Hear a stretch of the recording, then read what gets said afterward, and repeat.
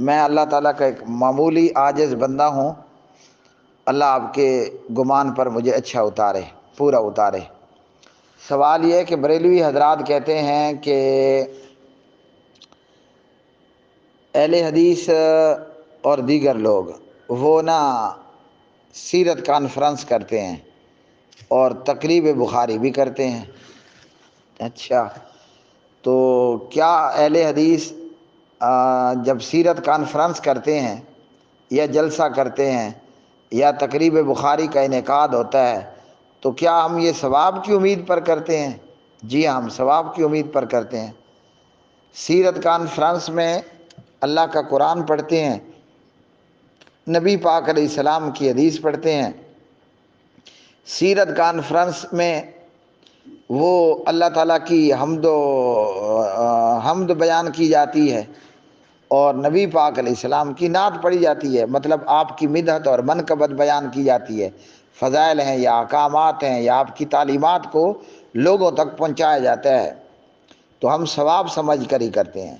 تقریب بخاری بھی ثواب سمجھ کر کرتے ہیں اور سیرت کانفرنس بھی ثواب سمجھ کر کرتے ہیں۔ ہم اہل حدیث پیشاب کرنے بھی جاتے ہیں تو اس سے پہلے دعا پڑھتے ہیں ثواب سمجھ کر، کہ جب میں لیٹرین کے دروازے پر پڑھوں گا نا بسم اللہ اللہم انی اعوذ بک من الخبث والخبائث، ہم اپنے بستر پر بھی جاتے ہیں تو ادھر بھی دعا پڑھتے ہیں ثواب سمجھ کر۔ ہمارا تو کوئی کام ثواب کے بغیر ہے ہی نہیں۔ تو مسئلہ اب یہ بنتا ہے کہ سیرت کانفرنس کرنا بطور ثواب کیا یہ جائز ہے؟ بالکل جائز ہے۔ سیرت کانفرنس یاد رکھو بریلوی حضرات، نہ تو ہم کسی کے برتھ ڈے پر کرتے ہیں نہ کسی کے ڈیتھ ڈے پر، سمجھ آئی؟ سیرت کانفرنس نہ تو سالگرہ پر ہوتی ہے نہ برسی پر ہوتی ہے۔ ڈیتھ اور برتھ ڈے کا آپ کو مطلب بتا دیا۔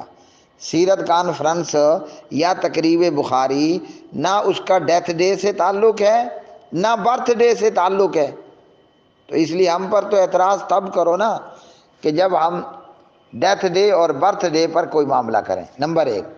نمبر دو یہ ہمارے یہ کلمہ گو بریلوی بھائی اس بات پر اعتراض کرو کہ جس پر اعتراض بنتا ہے۔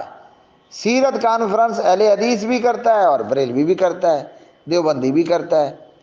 تقریب بخاری اہل حدیث بھی کرتا ہے اور دیوبندی بریلوی بھی کرتا ہے۔ تو یہ کام تو آپ کے اور ہمارے درمیان میں کامن ہے، تو کامن باتوں پر کون بے وقوف اعتراض کرتا ہے؟ مسجد کا گنبد یا مسجد کا محراب یا مسجد کا مینار دیوبندی بھی کرتا ہے، بریلوی بھی کرتا ہے، اہل حدیث بھی کرتا ہے۔ تو یہ ہم تینوں کے درمیان میں کامن ہے۔ اب کامن باتوں پر تو اعتراض نہیں کیا جاتا بھائی۔ آپ کے جس علیحدہ سے کام پر اعتراض ہو رہا ہے وہ کام کتاب و سنت کی آیات سے، نبی پاک علیہ السلام کی تعلیمات سے بیان کرو، بتا دو، دلیل پیش کرو۔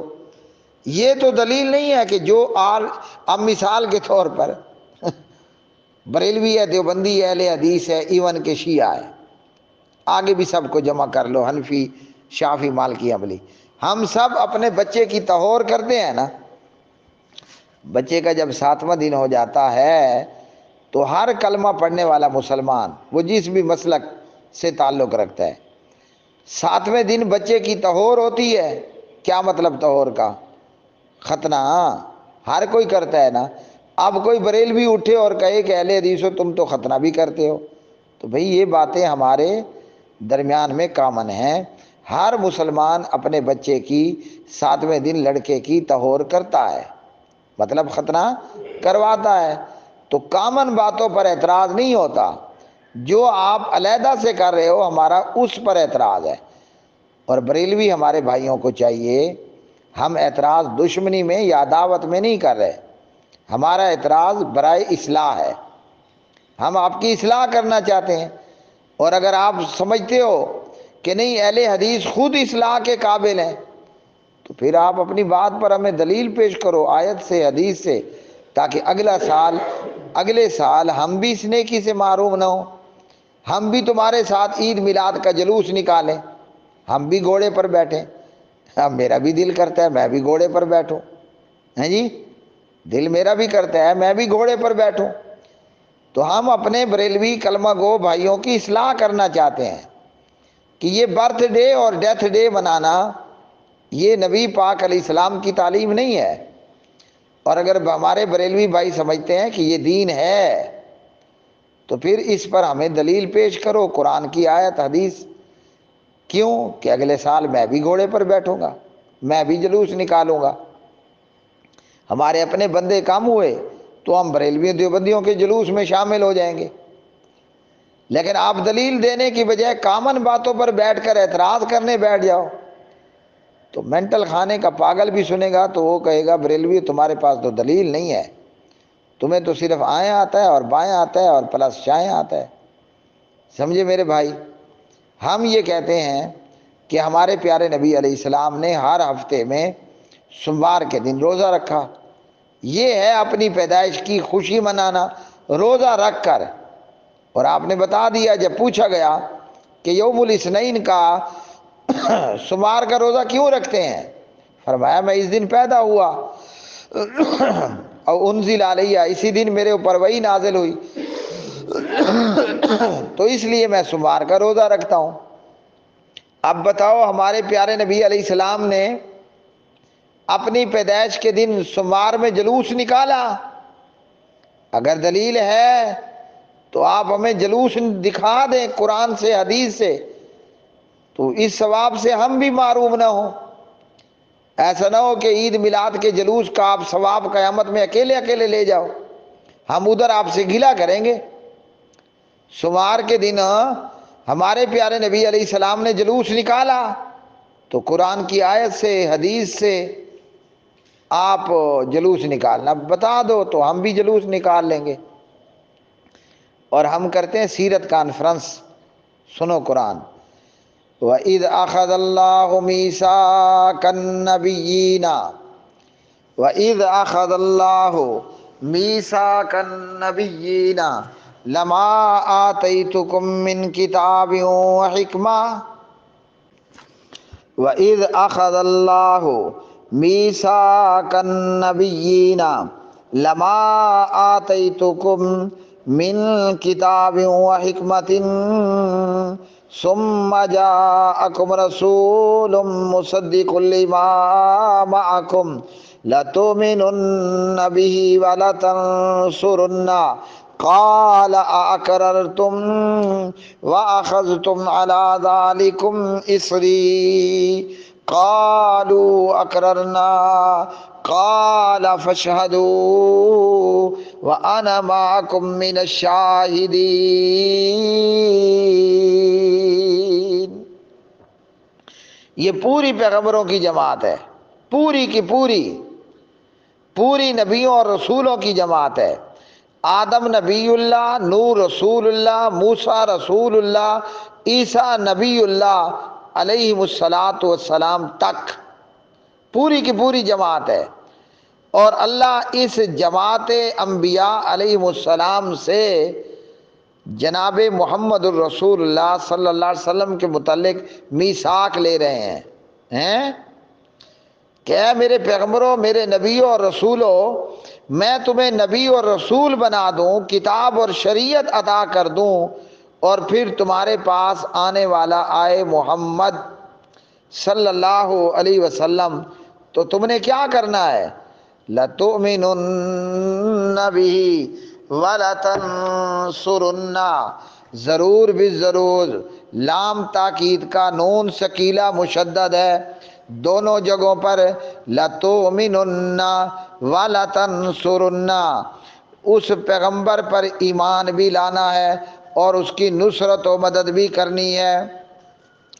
اب مفسرین اور ابن کثیر رحمہم اللہ تعالی فرماتے ہیں کہ یہ جو جاء ہے اور یہ جو رسول ہے اور یہ جو مصدقن ہے، یہ کوئی اور نہیں آمنہ کے لال محمد الرسول اللہ ہیں صلی اللہ علیہ وسلم۔ تو لو جی پورے پیغمبروں کی جماعت اکٹھی، اللہ اکٹھی جماعت سے ہی میثاق لے رہے اپنے حبیب اور اپنے بندے محمد الرسول اللہ صلی اللہ علیہ وسلم کی نبوت کے متعلق، رسالت کے متعلق۔ تو جب اللہ سب پیغمبروں کو اکٹھے ان سے میثاق لے سکتا ہے، ہم اہل حدیث اکٹھے ہو کر سیرت کانفرنس کر کے محمد الرسول اللہ صلی اللہ علیہ وسلم کے گیت نہیں گا سکتے؟ تو کامن باتوں پر اعتراض نہیں ہوتا۔ آپ جو علیحدہ سے ایک دین بنا کر جلوس کی صورت میں بنائے ہوئے ہو، اس پر قرآن پڑھو مجھ محمد اقبال کی طرح، علماء اہل حدیث کی طرح، یا حدیث پڑھو اور ہمیں ثبوت دو، جلدی کرو تاکہ اگلے سال ہم عید میلاد کے جلوس نکالنے سے معروم نہ ہو جائیں۔ اور سوال اعتراض یہ بھی ہوتا ہے کہ تراویح نبی پاک صلی اللہ علیہ وسلم کے زمانے میں نہیں تھی۔ اعتراض ہوتا ہے کہ قرآن پاک اس طرح نبی پاک علیہ السلام کے زمانے میں نہیں تھا۔ تو جواب ہے کہ تھا۔ نبی پاک علیہ السلام کے زمانے میں اگر نہیں تھا تو دیوبندی نہیں تھا، اور دیوبندیوں کا چھوٹا بھائی کہہ لو بریلوی نہیں تھا۔ نبی پاک علیہ السلام کے زمانے میں قرآن پاک بھی تھا، تراویح بھی تھی، نہیں تھا تو بریلوی نہیں تھا اور دیوبندی نہیں تھا۔ جب قرآن پاک نازل ہوتا تو باقاعدہ کاتبان وحی یا کاتبین وحی وہ قرآن پاک کو لکھ لیا کرتے۔ نبی پاک اور صحابہ زبانی بھی یاد رکھتے اور لکھا بھی کرتے۔ اور پھر نبی پاک علیہ السلام نے فرمایا میرے خلفائے راشدین کی سنت کو داڑھ کے دانتوں سے مضبوطی سے پکڑ لینا۔ داڑھ کے دانت وہ سب سے پچھلے دانت۔ تو اب خلفائے راشدین نے صدیق اکبر ہو یا عثمان ہو رضی اللہ عنہ مجمعین، انہوں نے قرآن پاک کو باقاعدہ اس طرح کی شکل دی جو آج ہمارے پاس موجود ہے۔